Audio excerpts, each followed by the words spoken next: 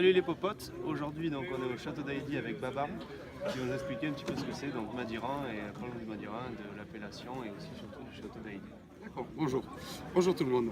Je vais vous parler du Madiran, en fait, qui est une région qui est située dans le sud-ouest, qui fait partie de 3 départements des Pyrénées-Atlantiques, des Hautes-Pyrénées et du Gers, c'est-à-dire 2 régions aussi en même temps.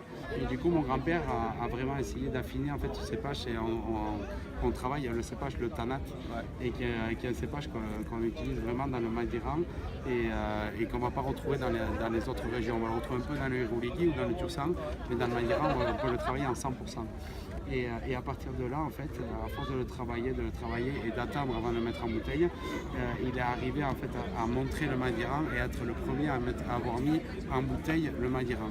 Je suis la 4e génération, du coup il y a eu 2 générations entre temps et entre les générations il y a eu de l'exportation qui s'est ouverte et maintenant en fait on était parti d'un domaine qui faisait 10 hectares et maintenant on est sur 85 hectares. Il y a mes 3 oncles et ma mère, du coup ils sont 4 à la responsabilité de l'entreprise, du coup depuis maintenant 25 ans et maintenant nous la 4e génération qui sommes arrivés sont là pour essayer de redynamiser, pour essayer de montrer un petit côté punch et l'avantage qu'on a en fait c'est vraiment la qualité, on va pas dire la qualité des vins que l'on produit, puisqu'on essaye vraiment de montrer le 100% Tanat en fait sur plein de formes. On va montrer un 100% Tanat qui est connu pour être un cépage qui va être plutôt costaud, qui va être plutôt connu pour être avec des plats ou avec du gibier.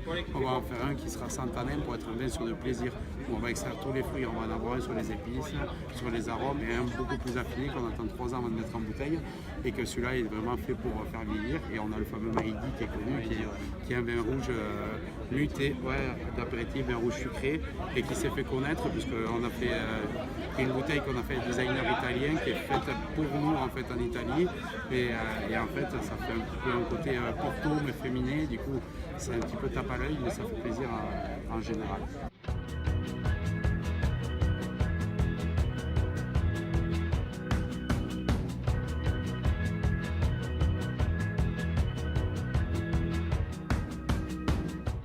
Le but de ces journées, du coup, là, c'est quoi? C'est de se retrouver. Le but de ces journées, en fait, c'est pour faire de la représentation, pour se retrouver, pour que une journée comme le samedi, c'est pour que les gens se retrouvent vraiment avec la famille.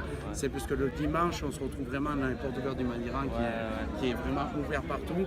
Et on s'est dit, bon, quitte à installer, autant faire un samedi et que les gens soient aussi proches de la famille, du coup. Et c'est ce que ça nous apporte